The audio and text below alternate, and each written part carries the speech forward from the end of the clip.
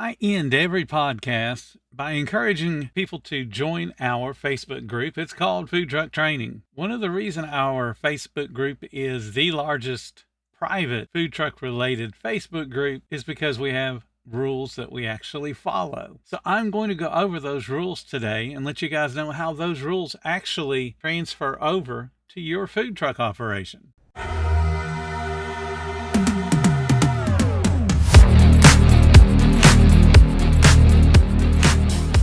Welcome to the 10-Minute Food Truck Training Podcast. My name is Bill Moore. I am a food truck business coach, author of 5 food truck vending books, including Food Truck 101 and Food Truck 201. This podcast is all about helping you start and grow your food truck business. Marketing. We all know the word, but what does it really mean to market for your food truck business? Table Needs has you covered. Their step-by-step food truck marketing guide teaches exactly what you need to do to reach more people and to get more hungry guests ordering from your food truck. Click the link in the description below to get your copy today.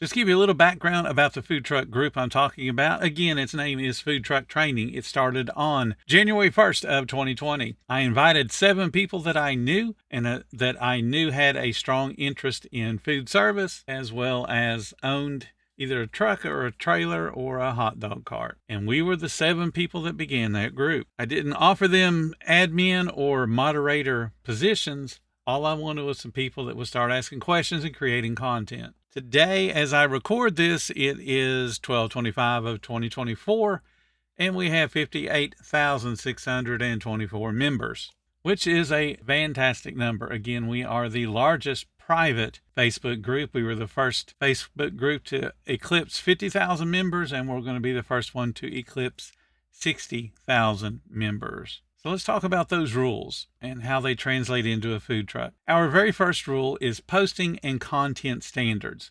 And I have 4 different little sentences that I talk about in that particular rule group. The first one is very simple. I want people to understand that all of our posts are reviewed before they ever go live. A lot of Facebook groups let you post whatever you want. Then they go back and say, oh, you can't do that. I prevent a lot of the scams, a lot of the sales pitches by putting the group on post approval.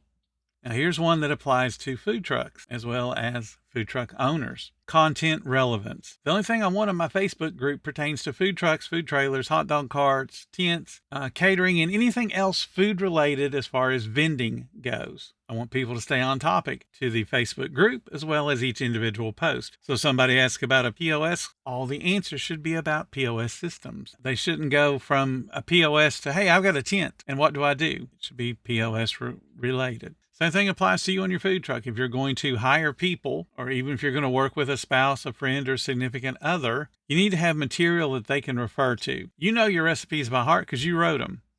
No one else does.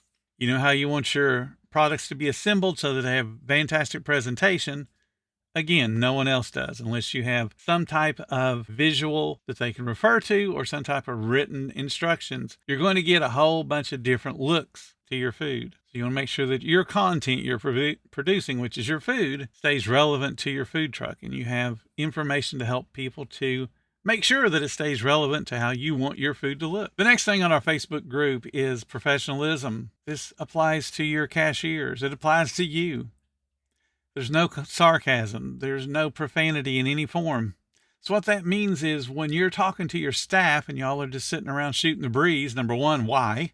Get up and work. But if you are taking a momentary break, your speech patterns, your talk with your crew should be professional. Because if you decide that, oh, there's no guests around, that I'm going to cuss every other word, then you just gave your employees permission to cuss every other word to your guests when they step up. If you're sarcastic about guests when somebody walks up and says, what you all got that's good? And if you fire back something sarcastic or make a joke about it after they're gone, you just gave your staff permission to fire back with sarcasm. When people step up to a food truck and they ask you what's good, there's a reason. About 95% of the people want you to answer with what you like because they take that as a recommendation. We also have a part of that rule that says no bickering, no name calling, and no off-topic jokes. If you're working on a food truck and you have employees working with you, You should be working 100% of the time. Don't have time for jokes. You can make a little ha-ha about something that's happened. You want it to be work-related. You want to get in trouble with the labor divisions and labor boards? Have sexual jokes. See how far that gets you.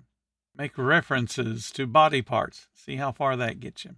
And then the last part of our content and posting standards is no private messaging. So I want you to think about that. If you're on your food truck with your employee, all the guests are taken care of. And if the employee whips out their phone to check social media or to text somebody, you've got all kinds of problems. Number one, their very first reaction when all the guests are taken care of should be to clean up and stock and get ready for the next rush. If they got time to check their phone, you're too slow, which means you got a marketing problem. They need to be working 100% of the time. You're paying them to work. Somebody whips out a cell phone, they are now ceasing to work. Why are you paying them to be on the phone? There is no reason, and I'm going to say that very sternly, there is no reason for an employee to ever answer the phone while you're in service, because that is an interruption. And if somebody says, well, go kid, somebody's sick. How do you know? People lie at the drop of a hat. They can keep their phone nearby. Well, my kids are sick and I'm worried the school going to call me. Well, school should have your work number. And if it's during work hours, that should be the number the school should call. Guess what? Cell phones have only been around about 20, 25 years, at least affordable cell phones. All the time before that, you know what people did? They called to work with a corded phone, and then we would pass the message on to the employee. Hey, your child's sick. That way the employee is focused on work until we relieve them of their duties so they can go collect up their sick child. But I have seen very many trucks where phone rings, personal cell phone, and they answer it while they're trying to make food. So now they contaminated everything they're touching. And then I've also seen where that's my school, my kid's sick, I got to go. And then as soon as they leave, they ain't going to school. They ain't going to pick up their kid. They're going to do something else they wanted to do. And they just found an excuse to get out of work because you were dumb enough to let them answer their phone. They have standards for no messaging while we're at work. No, none at all. The second section is community engagement and conduct, and we're still talking about how members should be treating each other. Same with your team. No bickering, no fighting. If you don't get along, I don't care. My expectation is that you work and produce the food in a timely manner. If you're incapable of doing that, you can hit the road. If you don't like each other, don't care. I paid you to work. I'm not paying you to like each other. So they need to respect each other. In our group, we respect all the members. We only allow positive, supportive, and constructive comments. If someone wants to be rude about a comment or about a post, or they decide that they're going to be passive-aggressive or antagonistic, I get rid of them. I don't have time for that. If you're going to focus your energy on something negative, go do it somewhere else. You're not going to do it around me and my people. One of the things that, as a food truck owner, you want people to engage your Facebook page. You want people to know that you're open, which is awesome. Putting it on a private group, however, is a waste of your time. I have mentioned we are the largest private group. We have nearly 60,000 members. On the list of cities that our members are close to or live in, the most populated city out of 60,000 members is Houston, Texas. It has about 500 people. So that means at any given time, if you live in Houston, Texas and want to post about your food truck being open in Houston, Texas, and you post it on our Facebook page, you might have a dozen people that will coincide with being able to see that the exact same time you post.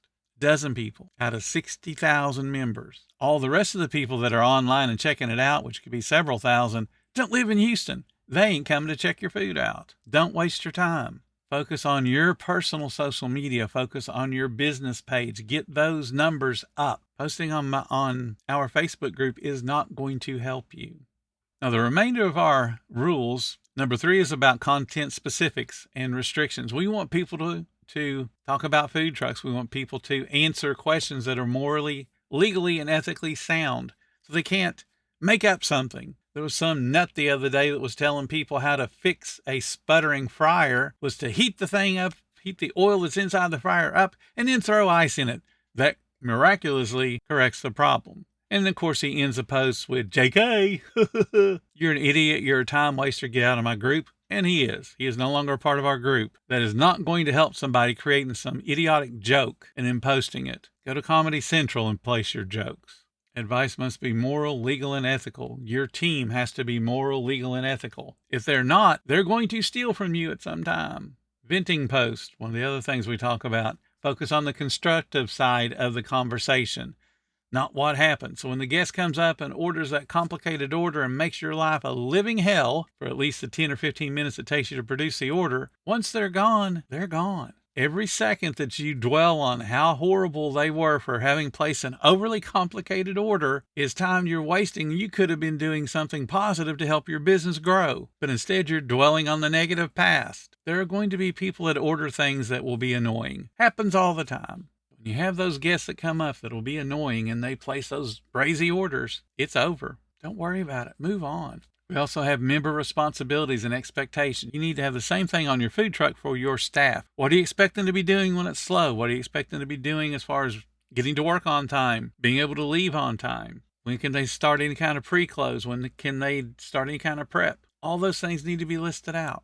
The more thinking you do for your staff, the easier it becomes on you on a daily basis. Remember, as an owner, we want to pay you for the work of your brain, not the work of your hands. So if you post something that gets a whole bunch of attention within our Facebook group, trying to share it doesn't go anywhere. Then the last two sections of our rules are about advertisements. Because of the size of our group, we have all kinds of people coming in to do a couple of different things. A bunch of people come in to scam. You won't find any scam posts on our group because we're on post approval. I get rid of all the Bitcoin nonsense. I get rid of all the investment nonsense. I get rid of all the grant scammers and business loan scammers.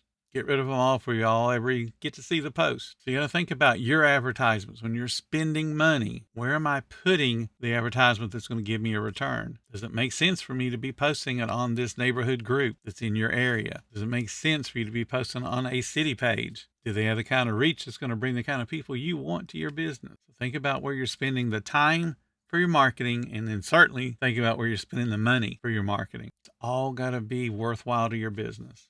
That's kind of a little synopsis of our rules and why they're in place. I look at my Facebook group as being an extension of my business. So it's very professional.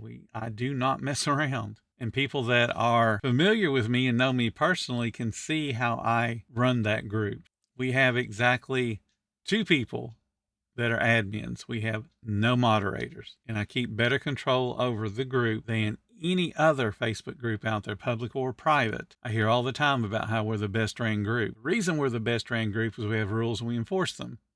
The same with your food truck. Human beings want restrictions. They want to know the boundaries. They want to know what they're allowed to do and what they're not allowed to do. When you give your employees rules and methods of doing things the way that you want done on your food truck, they know what they can and can't do. It takes a lot of pressure off of them. They don't have to worry about the next thing that they do if they're going to get yelled at, because you already told them how to do it correctly, how you want it done. So now they can focus on getting good at what you ask them to do.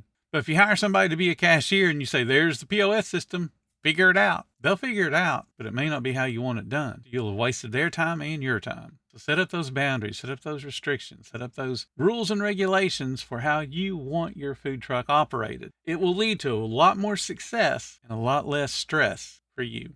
Thank you so much for listening to the 10-Minute Food Truck Training Podcast. If you're finding all the information helpful to your food truck business, please become a monthly supporter of the podcast. Just hit the support button or follow the link in the description. Every little bit does help keep us going.